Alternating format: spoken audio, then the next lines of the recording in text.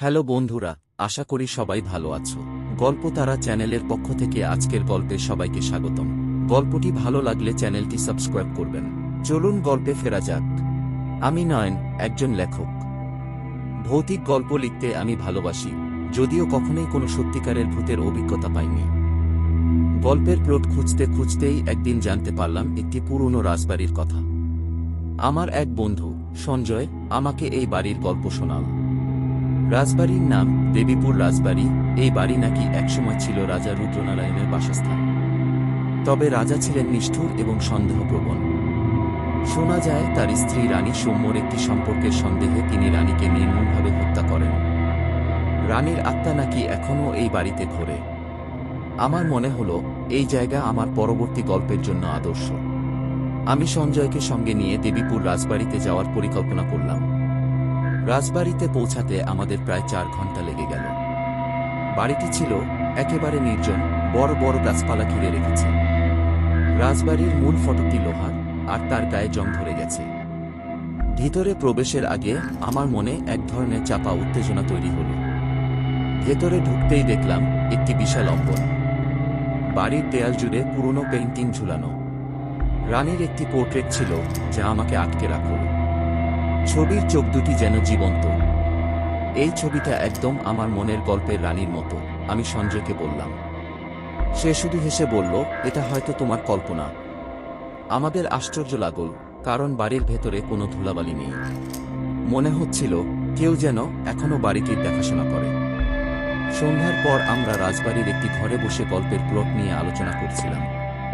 হঠাৎ শুনতে পেলাম যেন কেউ সিঁড়ি দিয়ে উপরে উঠছে। তুমি কি কিছু শুনলে? সঞ্জয় ফিসফিস করে জিজ্ঞাসা করল।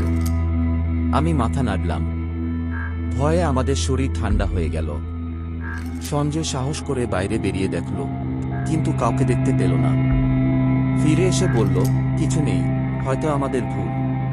তখনই হঠাৎ বাতি নিজে থেকে জ্বলে উঠল। আমরা দুজনেই হতবাক। রাত বাড়ার সঙ্গে সঙ্গে বাড়ির পরিবেশ আরও ভারী হতে লাগল। হঠাৎ জানালার পাশ থেকে সাদা পোশাক পরা একটি নারী মূর্তি দেখতে পেলাম।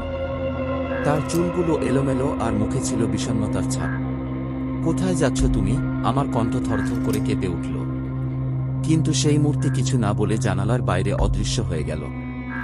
সঞ্জয় বলল, এটা রানীর আত্মা, আমাদের বেরিয়ে যেতে হবে। কিন্তু আমি যেন বাড়িটির সঙ্গে আটকে গিয়েছিলাম।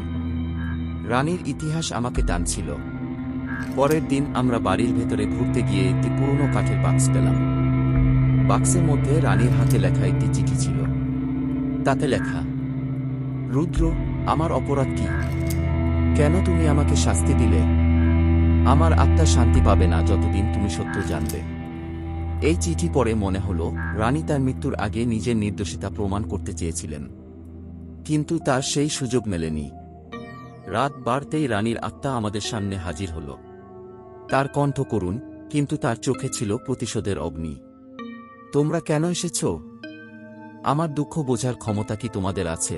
রানী আমাদের জিজ্ঞাসা করলেন। আমি কাঁপতে কাঁপতে বললাম, আমরা সত্য জানতে চাই। রানী বললেন, আমি ছিলাম রুদ্রের স্ত্রী, কিন্তু সে আমাকে ভালোবাসেনি। একবার এক মন্ত্রীর মিথ্যা অভিযোগে সে আমাকে অভিযুক্ত করল। আমি নির্দোষ ছিলাম, কিন্তু আমাকে নির্মমভাবে হত্যা করা হলো। এখন আমার আত্মা এই বাড়িতে আটকে আছে। রানীর গল্প শুনে আমরা শিহরিত হলাম। রানী বললেন, তোমরা যদি সত্য জানো তবে আমার আত্মা মুক্তি পাবে। কিন্তু সাবধান, এই সত্য জানার পথে রুদ্রের অভিশাপ বাধা দেবে।